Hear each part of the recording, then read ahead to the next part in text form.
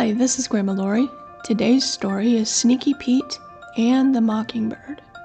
Oh my, says Sneaky Pete, just coming down to grab some birdseed for breakfast. It looks like there's a bonanza this morning.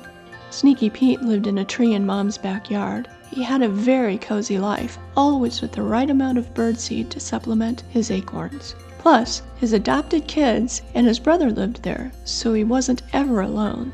As Pete dug into a mouthful of birdseed, he heard, "Hey, stop that! That's mine!" "Who's there?" Pete asked. "Up here, bird brain," came the voice. It sounded big and deep, which made Pete a bit afraid. He looked around and saw where the sound was coming from. A mockingbird was sitting on the fence looking at him. Since mockingbirds aren't that big, Pete went back to eating his seed. "Hey, I thought I told you to stop," the mockingbird said. "You're not the boss of me," said Pete with a mouthful of seed.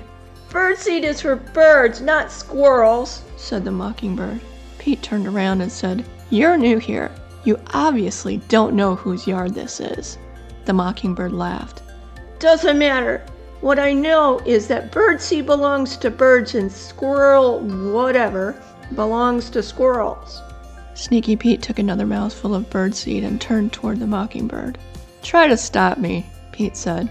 At that, the mockingbird swooped down from the fence and started chasing Sneaky Pete. "Hey, stop that!" cried Sneaky Pete. "No, you stop that!" yelled the mockingbird. The chase was on. The mockingbird chased Sneaky Pete from one side of the yard to the other. Then, Pete ran up to the bird feeder, which was a bad decision. He forgot about the bird flying thing. No matter where Pete ran, the mockingbird was right there. He thought he'd lost the bird when he ran up to the top of the fence, but then the mockingbird swooped down on him. All right, I give up," cried Sneaky Pete. "Yeesh!" Pete had seen the cats in the window watching the whole show and knew those dogs would be out shortly because the cats were chattering. He realized that his breakfast was over anyway.